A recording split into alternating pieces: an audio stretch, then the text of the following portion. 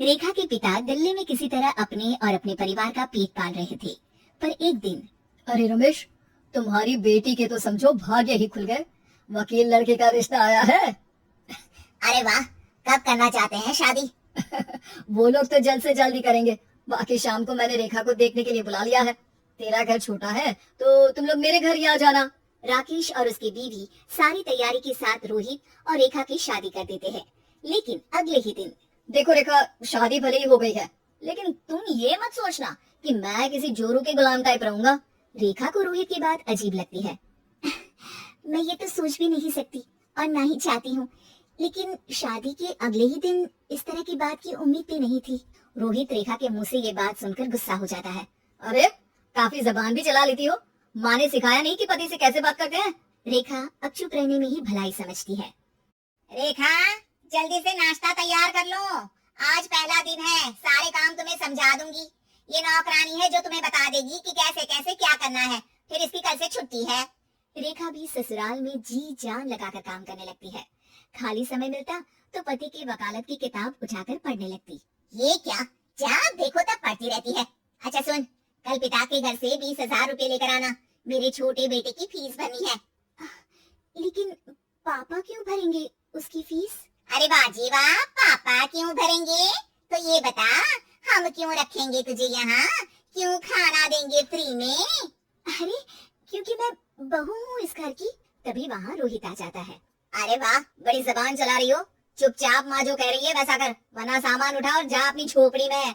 बेचारी रेखा क्या करती, पिता के घर जाती है, उनको सारा हाल बताती है।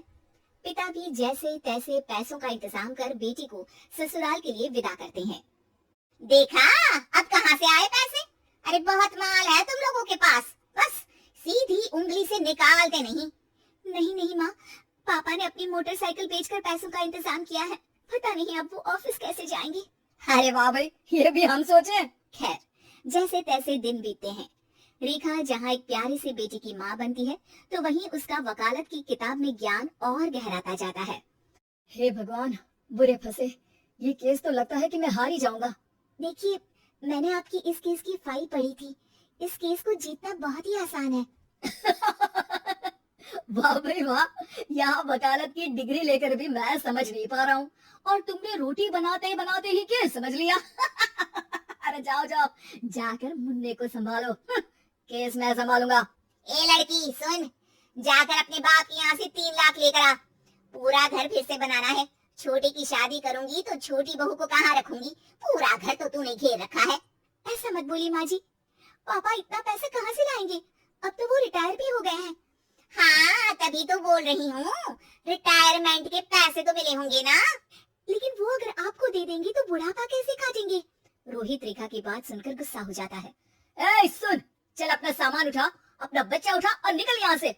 रेखा के लाख आग्रह के बाद भी रोहित और उसकी सास उसे घर में नहीं रखते। पापा, मैं तलाक चाहती हूँ। बेटा, मेरे पास वकील के पैसे नहीं है। पापा, आप मुझे वकालत करवा दीजिए, अपना केस मैं खुद लड़ूंगी। इस बार रेखा के पिता भी उसे ससुराल ना भेजकर रिटायरमेंट के पैसों से वकालत करवाते हैं।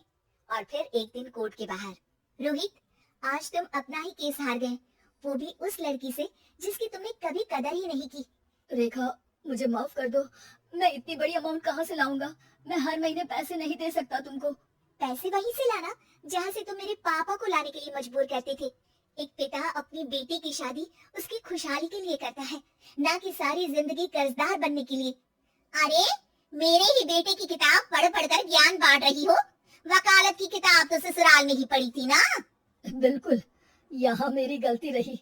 जिस पैसे से मैंने इसकी शादी की थी, मुझे वो पैसे पहले इसकी पढ़ाई में लगाना चाहिए था। और आज रेखा एक जानी मानी वकील के रूप में काम कर रही है।